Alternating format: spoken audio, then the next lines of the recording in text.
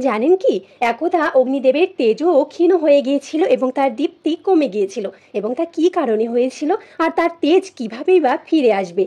এ বহু পুরানো দিনের কথা। শ্বেতকী নামে এক মহাপরাক্রমশালী রাজা ছিলেন। সেই সময় তার মতো যজ্ঞপ্রেমিক, দাতা এবং বুদ্ধিমান রাজা কেউ ছিলেন না। তিনি বড় বড় যজ্ঞ করতেন। যজ্ঞ করতে করতে ঋত্বিকগণ পরিশ্রান্ত হয়ে পড়তেন এবং যজ্ঞ করতে অস্বীকার করতেন। এভাবেই যখন সমস্ত ব্রাহ্মণ যজ্ঞ করতে হার মেনে গেলেন, তখন রাজা ভগবান শঙ্করের তপস্যায় তাকে সন্তুষ্ট করে তার নির্দেশে দুর্বাসা ঋষিকে দিয়ে মহাযজ্ঞ করালেন।